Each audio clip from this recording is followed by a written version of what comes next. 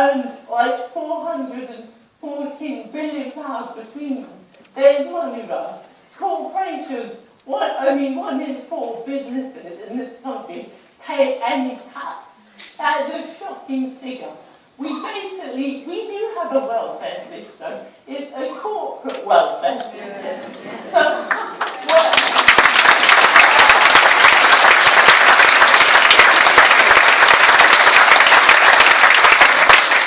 and I think one of the huge challenges we face is our media is largely corporate owned. So they manage, together with the government, to brainwash people in this country into believing, as Linda said, that the enemy is the welfare claimant, the immigrant, the student. The enemy is above us all. We need to look up and fight them, not each other. And I think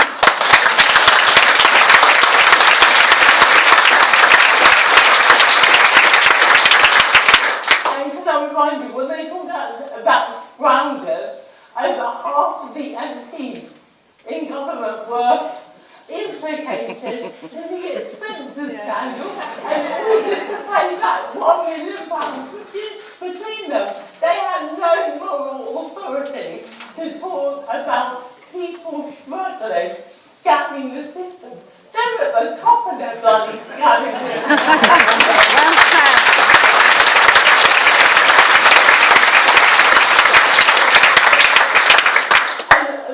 One more thing I just find so sad is that they are demonising welfare, and I'm proud to pay my taxes so that I can fund services in this country for everybody. I'm proud to help other disabled people, to help ill people, to help families, to help single mothers.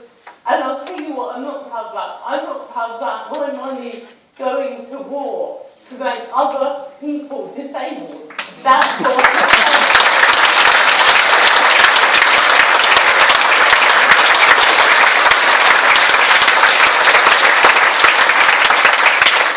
So, to me, this movement is about trying to come back and realise that the powerful never give anything away. They don't wake up and go, "Whoa, it's some goodness today." That's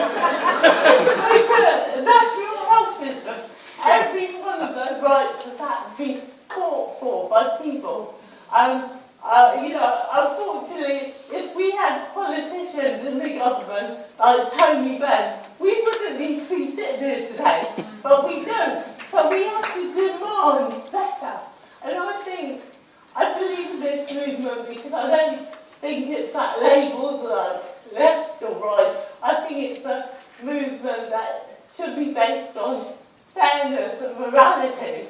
And I think those are two words that you don't hear in politics anymore.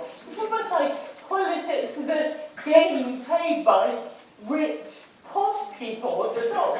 So politics is about how to make the world better for the most amount of people.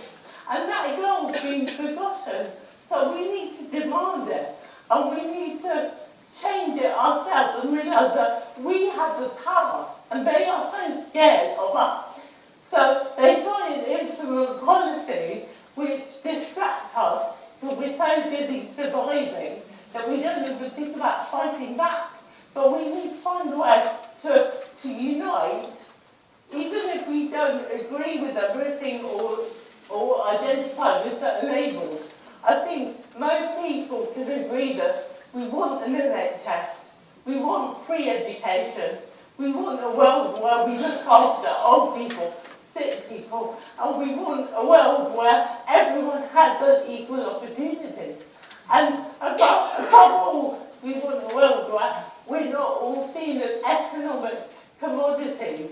Being a human being is far more than that, and I think it's an absolute crime that these politicians try and turn life experience on earth into economic struggle. Is absolutely awful, and we need to stand together and fight for our human rights.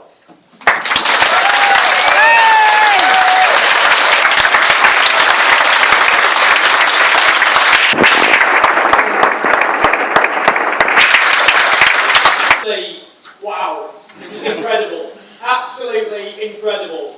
Not just those hugely inspiring speeches, and Francesca, you never cease to inspire me with your thoughtful and powerful contributions.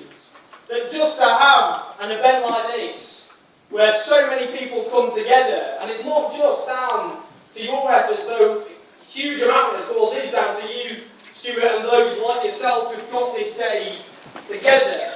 But this is a testament to the anger and the desperation that exists out there. That so many of us are part of the biggest party in the country. They're yelling at the TV every time George Osborne appears. Which, I'll be honest, it's a pretty big party. But actually, to come out and say enough is enough. We're not going to take this anymore. We're going to fight back, and we're going to turn this around. Now, one thing I always do when I share a platform with you, Tony, and I'm going to do it again, I'm afraid, is embarrass you.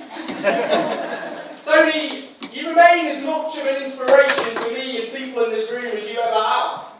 You're someone, and it's interesting today how you can be almost patronised as a nation's sweetheart. Back in the day, you were smeared and demonised as the most dangerous man in Britain.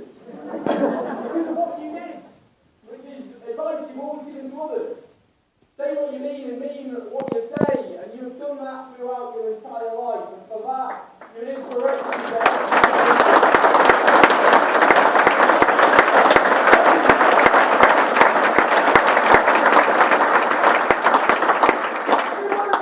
the reasons we're here, we're asking what sort of country do we want to live in? Do we want to live in a country where the only booming industry are food banks, which trebled last year? Do we want to live in a country where, as Save the Children revealed, parents are choosing between heating their homes and skipping their kids? That mums and dads are skipping hot meals to make sure their sons and daughters are fed? Where school lunch portions are shrinking because of budget cuts? Where breakfast clubs are being scrapped? This is the 7th richest country on earth, and apparently we can no longer afford to feed our poorest children. Do we want to live in a country where it means boom time for the people at the top, where each year the Sunday Times rich list goes up and up whilst people struggle to make ends meet, where millionaires get tax cuts whilst VAT is high on working people, where in-work and out-of-work benefits are slashed, making working people, disabled people and unemployed people pay for a crisis they had absolutely nothing to do with. Do you want to live in a country where the desperation for work is so big that when Costa Coffee opened up a shop in this city and offered 8 near minimum wage jobs, 1,701 people applied for them?